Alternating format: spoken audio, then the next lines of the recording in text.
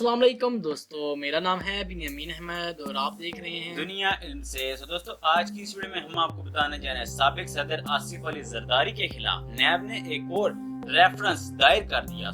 दोस्तों, वीडियो शुरू करने से पहले अगर आपने हमारा चैनल अभी तक सब्सक्राइब नहीं किया तो हमारा चैनल जल्दी से सब्सक्राइब कर देना और साथ दिए गए बेल आइकन को भी प्रेस कर देना। न्यू वीडियो की अपडेट आपको मिलती है। तो चलिए दोस्तों, वीडियो को शुरू करते हैं। नैब की जानिब से साबिक सदर के खिलाफ पार्कलैंड रेफरेंस दायर किया गया। नैब की हिरासत में मौजूद साबिक सदर आसिफ अली जरदारी की मुश्किलात में मजीद इजाफा हो गया है। तफसीलात के मुताबिक कौमी एहतसाब ब्यूरो नैब ने साबिक सदर आसिफ अली जरदारी के खिलाफ एक और रेफरेंस दायर कर दिया है। साबिक सदर आसिफ अली जरदारी के खिलाफ नैब ने पार्कलैंड रेफरेंस दायर कर दिया। नैब की जानिब से ये रेफरेंस एहतसाब अदालत के जज मोहम्मद बशीर की अदालत में दायर किया गया। पार्कलैंड रेफरेंस में आसिफ जरदारी समेत 17 मुल्ज़मान नामजद हैं।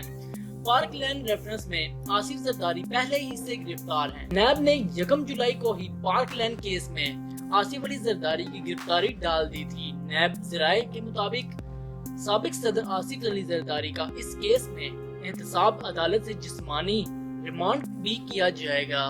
याद रहे कि साबिक सदर आसिफ अली जरदारी को नैब टीम ने 10 जून को इस्लामाबाद हाई कोर्ट से जमानत की दरख्वास्त मुस्तरद होने पर गिरफ्तार किया था, जिसके बाद जिस्मानी रिमांड हासिल किया गया था।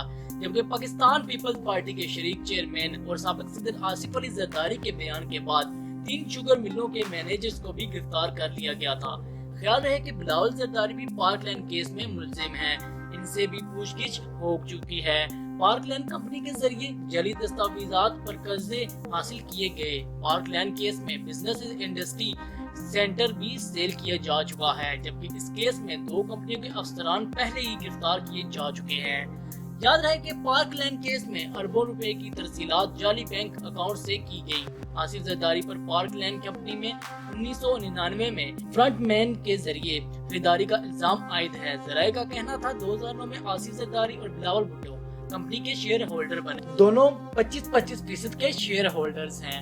आसिफ जरदारी बतौर कंपनी डायरेक्टर अकाउंट्स इस्तेमाल करने का अख्तियार रखते थे, जबकि 2008 में कंपनी के दस्तावेज पर आसिफ जरदारी के बतौर डायरेक्टर दस्तखत मौजूद हैं। पार्कलैंड कंपनी ने कर्जों की मद भी बैंकों से अरबों रुपए लिए।